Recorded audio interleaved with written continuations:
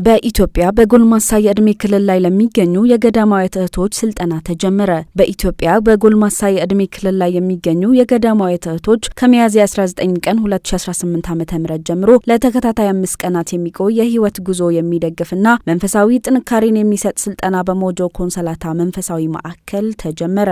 ይህ ስልጠና የተዘጋጀው የምስራቅና መካከለኛው አፍሪካ ገዳማዊት ማህበር ከኢትዮጵያ ገዳማዊት ማህበር ጋር በመተባበር ሲሆን ከ18 በላይ ከሚሆኑ የተለያዩ የገዳማዊት ማህበር የተውጣጡ ከ40 በላይ እህቶች በመሳተፍ ላይ ይገኛሉ።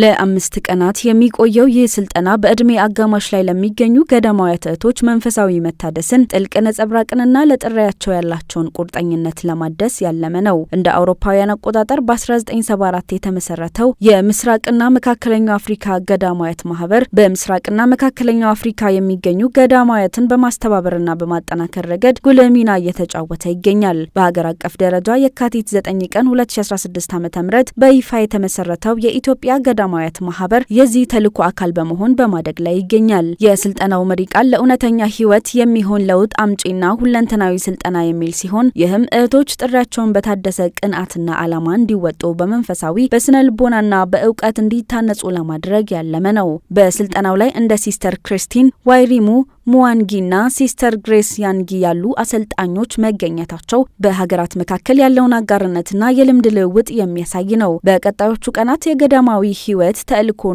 ዓለም አቀፋዊ ስጋቶች፣ በገዳማዊ ህይወት ውስጥ የአእምሮ ጤናና ደህንነት፣ ስሜታዊ ብልህነትና የገዳማዊት እህቶችን ማንነት ማደስ ላይ ምክክር እንደሚደረግ ከወጣው መርሃ ግብር ለማወቅ ተችሏል። ከተለያዩ የኢትዮጵያ ክፍሎች የተሰበሰቡ እህቶች በአንድ ላይ መገኘት በእምነትና በተልዕኮ ውስጥ ያለውን አንድነት የሚያንጸባርቅ ነው። ይህ የጸጋና የመታደስ ጊዜ ለቤተ ክርስቲያን ተልዕኮ ስኬትና ለተሳታፊዎቹ ህይወት መልካም ፍሬን እንደሚያፈራ ይጠበቃል።